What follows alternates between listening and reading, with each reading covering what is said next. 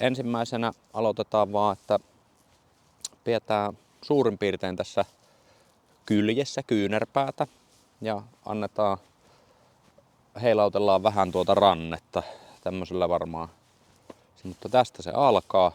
Sitten, että me saadaan siihen vähän enemmän kiihitystä ja pikkusen räväkkyyttä, niin otetaan se kyynärpää täältä kyleestä pois ja osoitetaan heittosuuntaa. Ehkä helpompi tapa ajatella voisi olla, että ne peukalo osoittaa pois heittosuunnasta. Ei tarvi nyt mitenkään erityisen tarkka olla, mutta nyt minulla on tässä vähän enemmän liikerataa ja minä haluan taas heilauttaa sen ranteen auki. Ja nyt minulla on vaan vähän vipua enemmän. Niin selkeästi terävämpi. Mutta tämä on se, miten usea aloittelija aloittaakin pelaamisen. Että ne laittaa tähän ja yrittää kovasti tuosta tosi nopean kiihityksen. Mutta me halutaan vähän pitempi kiitorata, niin nyt pitää sitten saada täältä olkapäästä asti se liikerata auki. Eli tuon olkapääkin tähän vartalo eteen.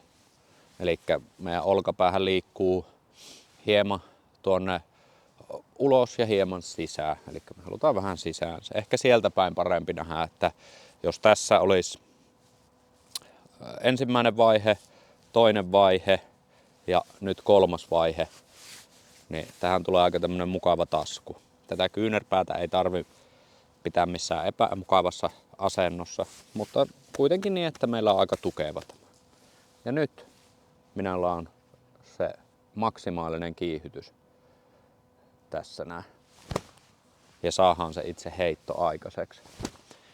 Suurin piirtein kylkeen kiinni, antaa sen elää sen käden ja heitetään pitkälti ranteella.